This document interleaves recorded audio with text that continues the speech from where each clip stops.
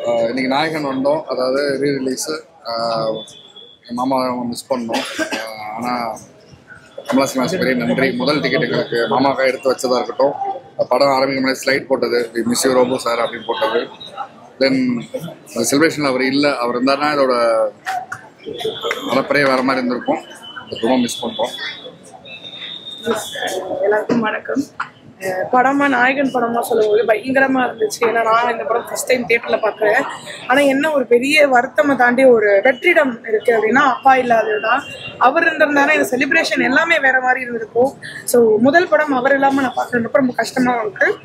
And thanks to Vishnu bro. எப்பயுமே பெரிய ஒரு என்ன சொல்றது பில்லரா இருப்பாங்க கணேசனுக்கும் ஐயாவும் சரி. இப்போ அடுத்த ஜென்ரேஷனா இருக்க விஷ்ணு ப்ரோ நாங்கள் எல்லாமே பெரிய பில்லரா இருப்பாங்க. அதை தாண்டி இன்னைக்கு ஒரு பெரிய சப்போர்ட் சிஸ்டமா அவர் நிற்கிறாரு. ஏன்னா முதல் டிக்கெட் எப்பயுமே அப்பா தான் வாங்குவாரு. இன்னைக்கும் அது மறக்காம முதல் டிக்கெட் அப்பா கொடுத்ததுக்கு பெரிய பெரிய thanks to Kamala cinemas and கணேசன்லாம் இருக்கட்டும், விஷ்ணு ப்ரோவா இருக்கட்டும். அண்ட் மாமா சொன்ன மாதிரி இந்த ஸ்லைடெல்லாம் போடுவோம்.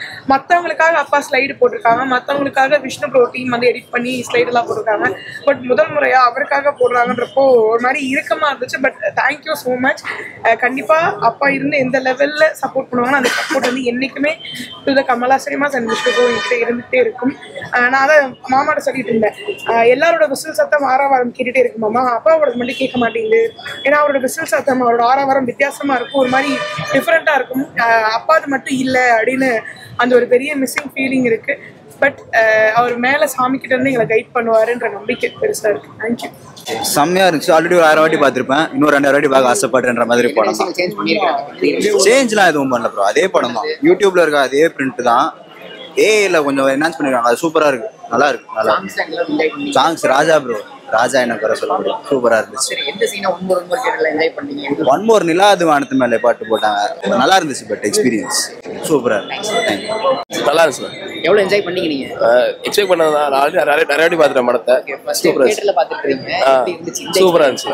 என்னென்ன விஷயங்கள் டைலாக்ஸ் எமோஷனலா இருந்துச்சு. எனக்கு ஆக்டிங் கமல் பத்தி சொல்ல நான் ஃபர்ஸ்ட் டைம்லாம் பார்த்ததில்ல, இப்போ பார்க்கும்போது ரொம்ப சூப்பராக இருக்கு. மேக்கிங் சூப்பராக இருந்தது, ஆக்டிங் செம்மையாக இருந்தது. சவுண்ட் எஃபெக்ட் அந்த ஃபுட்லேருந்து எல்லா சவுண்டுமே மாற்றிருக்காங்க, இதெல்லாம் நல்லா இருக்கு. கமல் சாரோட தீவிர ரசிகன் நான். ஸோ ஃபர்ஸ்ட் ஆஃப் ஆல் நிறைய தடவை டிவியில் பார்த்தது தான். சன் டிவியில் காவிய புதன், கே டிவியில் ஈவினிங் ஷோலாம் பார்த்தது தான்.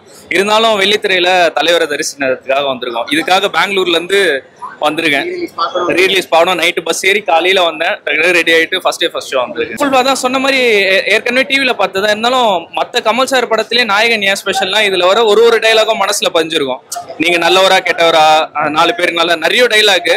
ஸோ அதை ரசிகர்களோட ஃபேன்ஸாக நாங்கள் தேட்டரில் செலிப்ரேட் பண்ணி பார்க்குறது. ஒரு சீனும் கூஸ் பம்ஸாக இருந்தது. ஒரு கமல் இந்த படத்தில் பார்த்தீங்கன்னா கமல் சார் ஒரு இன்ட்ரோ இருக்கும். லைக் 20s ஒரு இன்ட்ரோ, 40s 70s. ஸோ அந்த ஒரு இன்ட்ரோவில் மாடுலேஷனாக இருக்கட்டும். இன்னும் நம்மளே நிறைய விகடன் இன்ட்ரோவில் நிறைய பார்த்துருப்போம். அந்த 70s கேரக்டர்லாம் ஒரு முடியா பிச்சு ஒரு அரசியல்வாதி இன்ஸ்பிரேஷனாக எடுத்து நடிச்சாரு. அதெல்லாம் தெரிஞ்சுட்டு பார்க்கும்போது எப்படி அங்கே 80sலேயே இவ்வளோ ஒரு மெனக்கட்டு ஒரு படத்தை இது பண்ணுறாங்க. சும்மா நம்ம இன்னைக்கு இன்ஸ்பிரேஷன் சொல்கிறோம் நாயகனை. ஸோ இவ்வளோத்தையும் பார்க்கும்போது நம்மளே ஒரு பிரமிப்பாக இருக்குது. லைப்ரரியே இந்த படம் தான் எல்லா அதுக்கும். செம்ம எக்ஸ்பீரியன்ஸுங்க. ஃபர்ஸ்ட் டைம் தான் அந்த படத்தை நான் பிக் ஸ்க்ரீனில் பார்க்குறேன். ஏன்னா அந்த படம் வரும்போது நான் வந்து பிறக்கலை. இது 87 வந்த படம். அப்போ வந்து நான் வந்து பிறக்கலை. நான் வந்து டிவியில் தான் அதிகமாக அந்த படத்தை பார்த்தேன். ஃபர்ஸ்ட் டைம் வந்து பிக் ஸ்க்ரீனில் இவ்வளோ பெரிய ஒரு ஆடியன்ஸ் வைப்போட அந்த படத்தை பார்க்குறதுல ரொம்ப ஹாப்பி. நல்லா என்ஜாய் பண்ணாங்க.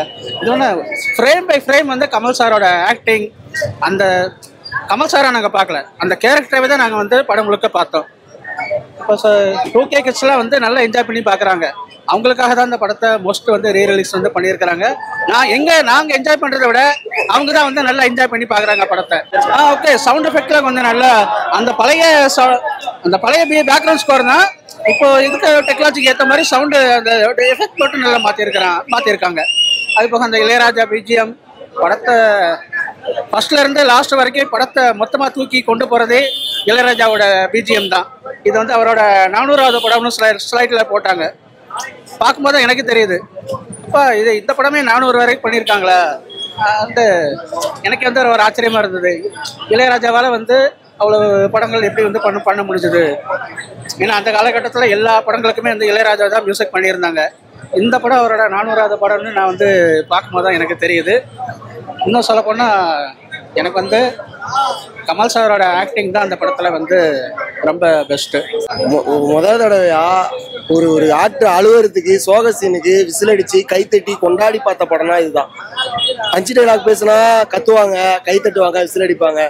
ஹீரோ சண்டை போட்டா நடக்கும், இது ஹீரோ டான்ஸ் ஆனா நடக்கும். ஒருத்தர் அழுகிறதுக்காக கைத்தட்டி விசில் அடிச்சு கொண்டாடுறாங்கன்னா உலகத்திலே வேற எந்த ஹீரோக்கும் அது கிடைக்காது, நடக்காது. அதனாலதான் ஒரு உலக நாயகன் சூப்பரா இருந்துச்சு. ஃபர்ஸ்ட் டைம் நல்லா இருந்துச்சுன்னா கிரேட் எக்ஸ்பீரியன்ஸாக ஒரு கல்ட் கிளாசிக் ஃபிலிம்ல. ஸோ பார்த்ததுல வந்து ரொம்ப ஒரு பெஸ்ட் ரிலீஸ் நான் சொல்லுவேன் இது வரைக்கும். ஏன்னா இதெல்லாம் வந்து இன்னைக்கும் நின்று பேசுற படம். கமல் சார் சொல்லுவாரு, நான் கேட்டதுக்கு அப்புறமே படம் எப்படி இருக்கு, அதான் சக்சஸ். அந்த மாதிரி ஒரு படம் வந்து ஒரு பெரிய எக்ஸாம்பிள் இது. ஸோ நிறைய பேர் வந்து ஒரு எக்ஸாம்பிளா எடுத்து எல்லாருமே நாயகனை பத்தி பேசுறாங்க, யாருமே கிடையாது. நல்ல ஃபிலிம். நிறைய சீன் இருக்கு. ஆக்சுவலா அவர் ஒவ்வொரு தடவை ஏஜ் ஏறும் போதுமே பிள்ளையார காட்டுவாங்க. அது ஒரு பாயிண்ட், அது யாருமே நோட் பண்ண மாட்டாங்க. ஃபர்ஸ்ட் டைம் வந்து கல்யாணத்துக்கு அப்புறமா குழந்தை சின்ன குழந்தையா இருக்கும்போது பிள்ளையாரோட ஃபங்க்ஷன்ல தான் போய் நிற்பாரு. குழந்தை பெரிய பொண்ணாகி வரும்போது பிள்ளையாரோட ஃபங்க்ஷன்ல தான் போய் நிற்பாரு. அப்புறம் ஃபர்ஸ்ட் டைம் வந்து ஹீரோயினை பார்க்குற சீன் அப்போ அந்த மிரர் வந்து 2 பேரும் 2 சைடில் இருப்பாங்க. அந்த சைடில் பார்த்தீங்கன்னா கமல் சார் அந்த சைடு தெரியும். அது வந்து யாருமே நோட் பண்ணிருக்க மாட்டாங்க. அது மாதிரி நிறைய மூமெண்ட் இருக்கு. ஆக்சுவலாக அந்த கமல் சார் அழகிற சீன் ஆகட்டும், அவரு எப்பவுமே நல்லா பெஸ்ட் தான். ஓகே, குவாலிட்டி சூப்பராக இருக்குது, சவுண்ட் எக்ஸ்பீரியன்ஸ் நல்லா இருக்குது. ஒரு புது படத்தை இப்போ எப்படி ரிலீஸ் பண்ணா இருக்குமோ அந்த மாதிரி தான் இருக்கு. பிக்சர் குவாலிட்டியுமே சரி, இந்த பிக்சல் பிரேக் ஆகுது, ஒரு மாதிரி ஷேட்டர் ஆகுது, அந்த மாதிரிலாம் எதுவுமே இல்லை, கரெக்டாக இருக்கு. ஆஃப்டர் 38 years ஆஃப் நாயகன், ஸோ 38 வருஷம் கழிச்சு படம் வந்து லாகே இல்லை, ரீமாஸ்டர் நல்ல ஒர்க் பண்ணிருக்காங்க. 4K குவாலிட்டியும் சரி, இல்லை பிக்சர் குவாலிட்டி எல்லாமே செம்ம ஒர்க் பண்ணிருக்காங்க டீம். பழைய படம் ஃபீல் இருந்தாலுமே பிக்சர் குவாலிட்டி அந்த பீக்காக இருந்தது. ஸோ ஸ்க்ரீனில் பார்த்துருப்போம், டிவியில் பார்த்துருப்போம். இப்போ பிக் ஸ்க்ரீனில் பார்க்கும்போது இம்பாக்ட் அப்போ தெரியுது. வெளியில் இருக்கிற இம்பாக்டோ சரி, மியூசிக்கு எல்லாமே நல்லா இருந்தது. ஜென்ரேஷன் வைஸ் பார்த்தீங்கன்னா ஆடியன்ஸ் வைஸ் வந்து அந்த 90s கிட்ஸும் இருந்தாங்க, பழைய ஓஜி கமல் ஃபேன்ஸும் இருப்பாங்க. இப்போ வந்து 2K கிட்ஸ் எல்லாருமே வந்து மிக்ஸ் ஆடியன்ஸாக இருந்தாங்க. எல்லாருமே படத்தை என்ஜாய் பண்ணாங்க. செலபரேஷன் நல்லா இருந்தது படம். மியூசிக் சொல்லவே தேவை, இளையராஜா அப்பயே பண்ணிருப்பாரு. மணிரத்னம் சார்லாம் அப்பயே லைக் வாக் கண்டென்ட் தான். ஸோ பிக் ஸ்க்ரீனில் பார்க்கும்போது இம்பாக்ட் ரொம்ப நல்லா இருந்தது. பிக் ஸ்க்ரீனில் பார்க்க வந்து நம்ம எமோஷன்ஸ்லாம் வந்து பார்த்துருப்போம், பட் அந்த பிக் ஸ்க்ரீனில் பார்க்கும்போது இம்பாக்ட்ல தெரியும். லாஸ்ட் கிளைமேக்ஸ் சரி, இல்லை வந்து நல்ல ஒரு கேரக்டராக கேட்க சீன்ஸ் சரி, இல்லை வருது அவன் ஒய்ஃப் சாப்பிட்ற சீனும் சரி, ஸோ எல்லாமே கண்டிப்பாக எமோஷன்ஸ் இருக்கும். அது கடவுளே ஃபீல் ஆகும். சரி, நிறைய பேர் இந்த படம் பார்த்துட்டு அழுவுற எல்லாம் இருக்கும். அந்த மாதிரி பூச்ச படம் சீன் பார்த்தா அழுவுற எமோஷன்ஸ் இதாக இருக்கும். அந்த மாதிரி ஆடியன்ஸ் உள்ள நிறைய பேர். சூப்பராக இருந்தது பிரதர். இந்த படம் வர்றப்ப நான் பிறக்கவே இல்லை. இந்த படத்துக்கு எனக்கு சேம் ஏஜ் தான். ரொம்ப என்ஜாய் பண்ணேன். நம்ம டிவியில் பார்த்துருப்போம், இது வரைக்கும் டிவியில் ஃபேமிலியோட பார்த்துருப்போம், ஃப்ரெண்ட்ஸோட பார்த்துருப்போம். ஆனால் மொத்த கிரௌடு கமல் சாரோட ஃபேன்ஸோட பார்க்குறது ரொம்ப சந்தோஷமா இருந்தது. எனக்கு பிடிச்ச கமலா தேட்டரில் கமல் சார் படம் பார்க்குறது ரொம்ப சந்தோஷமா இருந்தது. கமல் சாரோட ஆக்டிங் பயங்கரமாக இருந்தது. அதேமாதிரி பிசி ஸ்டாரோட சினிமாட்டோகிராஃபி அதெல்லாம் வேற லெவலாக இருந்தது. நான் அதுக்காண்டி தான் வந்தேன். அவர் எப்படி பண்ணியிருக்காங்க அந்த காலத்தில், அதெல்லாம் பார்க்குறது ரொம்ப எக்ஸைட்மெண்ட்டாக இருந்தது.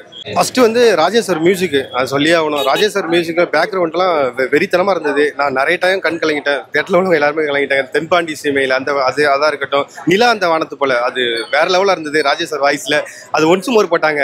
அதெல்லாம் ரொம்ப சந்தோஷமா இருந்தது. நல்லா இருந்துச்சு. நான் ரீரிலீஸ் எக்ஸ்பீரியன்ஸ்க்காக தான் வந்தேன். உண்மையிலே வந்தேன், சூப்பராக இருந்துச்சு, செம்ம ஜாலியாக இருந்தது.